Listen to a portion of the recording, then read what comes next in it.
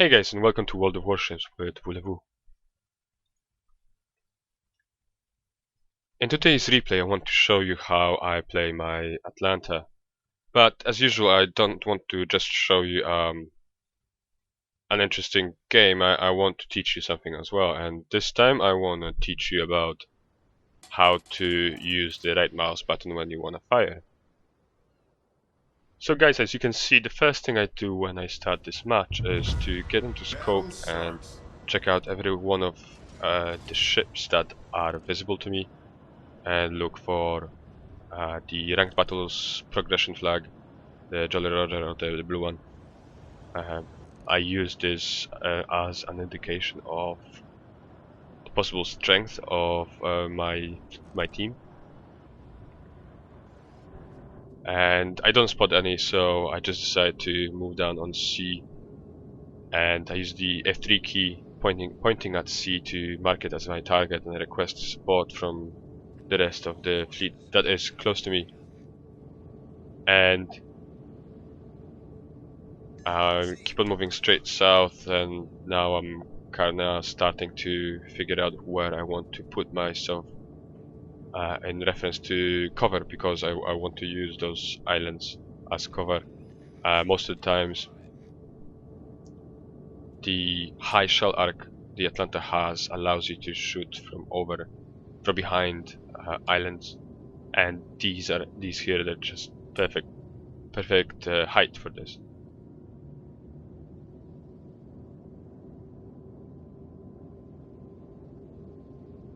But nothing so far shows up on the radar, so I'm definitely not going to sacrifice my gain speed to just come here behind. So I keep moving, and I'm expecting the destroyer to be somewhere here close. There are 3 destroyers on the enemy team, so I'm actually expecting all of them to be here.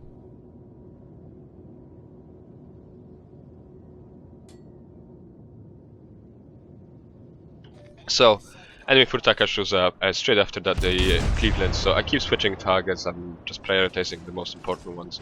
Switching from Furutaka to the Cleveland. And have you seen this, by the way? That was the second shot I shot towards the Cleveland, and that was the second volley that was just reaching the Furutaka. So that's just how high the shell arc is on the Atlanta. And again I switched to the destroyer as soon as I spotted it, and that's the moment where I get a massive hit. I believe it was the Nagato that hit me so hard. But let's not dwell on the past. The Gniewny class destroyer seems to have a death wish. He well, I have no words why. I really don't know why he decided to come out, because that was just pure suicide to do the come at me bro stance against an Atlanta and a destroyer. No matter how strong your guns are, you do not want to mess with an Atlanta. That's the Gniewny dead, and right now I want to talk about how to use the right mouse button to actually fire. So I start engaging the Farragut, but I don't get much luck. And I'm thinking I should move in a little bit more to the west. There's torpedoes in the water, but they're no threat to me. I launched the first salvo, nothing, and the second one actually scores 4 hits and then incapacitation. So I'm sort of just weaving around, but I want to keep my bow pointed in the direction where the destroyer was. I'm not sure if he used both of the spreads or just one. And there he is, he's hiding in smoke, I think. And another one had Hatsuharu coming in, and I make a huge mistake here. I should have just kept on shooting. I don't know why I decided to try torpedo running a torpedo boat, but whatever. I'm scoring some hits on the Hatsuharu, but the moment he realizes just how much trouble he's getting himself into, he's dropping smoke and dropping out of the detection. And now I'm thinking, okay, so I'm stationary and I'm only 13 kilometers from this Nagato. If he decides to just sneeze at me, I'm dead. So I move up a little bit, and that's when I see the Farragut moving away from the theater. So now I'm feeling a bit safer. The Farragut is the only one that could spot me. The Hatsuharu is in smoke, so he won't be able to detect me until I get 2 kilometers away from it, and then like, he can proxy spot me. So I see that the Farragut, the friendly Farragut, is under fire, so he must be spotted, which makes me think that the Hatsuharu knows of its presence, so he might be trying to attack the Farragut. So I'm expecting him to be sort of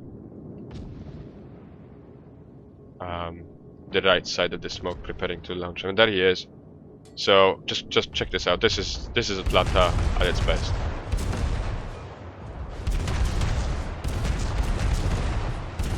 Ain't that beautiful? Makes me think of that minigun that was in the Predator film. Anyway, okay guys, so now I want to show you something about aiming and firing with the right mouse button. So I take aim, and as you can I take aim, and you know, I'm taking the lead I want. Now I'm pressing the right hand mouse button now, and I'm still firing. I'm just pressing the left mouse button, and the ship is shooting those rounds with the same lead that it had before. So you have to adjust it if the target changes course. But if it doesn't, you can just do this as I'm doing now. And as you can see, I was a bit short because I'm engaging a destroyer that's moving all the time. But you can apply the exact same tactics to your battleships and your cruisers. I do this very often with cruisers. So basically, whenever you acquire a target and you know you've got the right lead, all you have to do is, while you have the lead right in front of you in your scope, just press the right mouse button, and you're free to look around and still fire your guns every time you click your left mouse button. So getting back to the battle itself, as you could see, I used this terrain to hide myself from the Furutaka while I was engaging the Farragut. That was my intention from the beginning. I just made a hard turn and stopped behind this island. And now I'm using the high firing arc of those guns to my advantage. The Furutaka knows that I'm here, but I'm not even spotted, and I can still shell the Furutaka a little bit.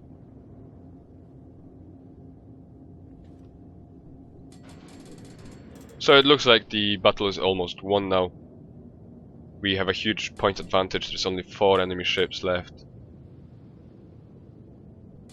And right now, being on low health, I'm trying to figure out a way of being still useful for the team without really dying. And just, you know, just check this out. This Furutaka is 8 kilometers away, and just look how much lead I'm actually required to give to have a chance of hitting it.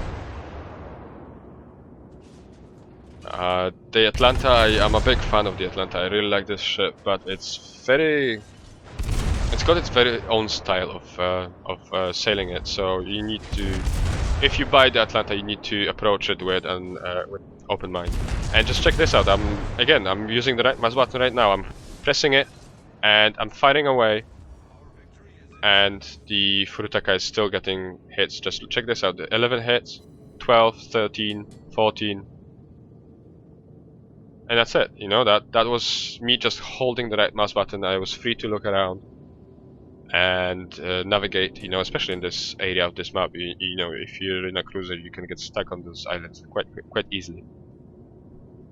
And yeah, now I'm thinking, okay, so they're moving south, the Furutaka's moving away, they seem to be interested in other ships, so I'm just gonna pop out here and start harassing the Nagato. I wanna set it on fire again.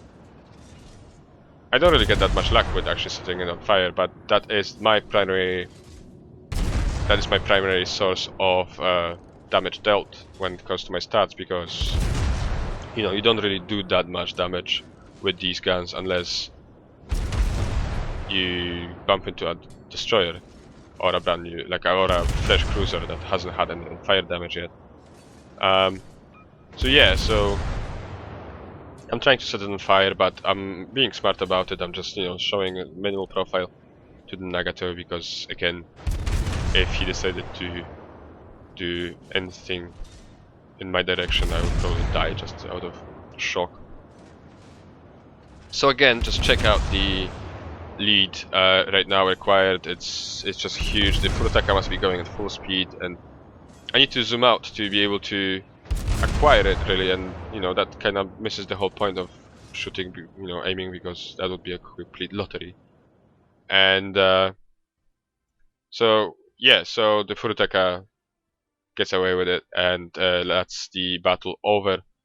And moving on to the battle results screen, Atlanta is again a premium ship, so it makes quite a lot of money. It's nowhere near Atago levels, but 480,000 for a couple of minutes of your fun is a really good reward. 4,700 experience, 144 shots landed on target, which is really low for an Atlanta. My highest hit rate, I think it was 370 in one game. So 12 in caps, that was mostly on the destroyers, and I've set 5 ships on fire. That comes down to the first place in the team and 2,000, just 2,100 of base experience, around 44,000 of damage dealt. Moving on to the profit itself, Atlanta is a premium ship, as I said before, and it has a really good money-making potential if you know how to play it. So 437,469 of pure profit. Okay, so again, just a quick recap about the usage of the right mouse button when firing if you need to maneuver. All you have to do is just keep being in scope and press the right mouse button, and that's going to zoom you out completely. You can look around, you can do a complete 360 with your mouse, and the moment you let go of that right mouse button, you will snap back right into scope, and you will have the exact same lead on the same target as you did before. So I hope that this video was entertaining for you guys, and it showed you a glimpse of just how much potential an Atlanta has got, given you play it the right way. This was just an average game for it, but it's an awesome ship as long as you are willing to learn how to play it. And also I hope that you've maybe learned something new from me when it comes to how to be a better player. And if you did, please rate the video down below. It helps the channel out immensely. And also think about hitting the subscribe button at the top there if you'd like to see more of my materials. And for now I say thanks a lot for watching, and I'll catch you on the open seas.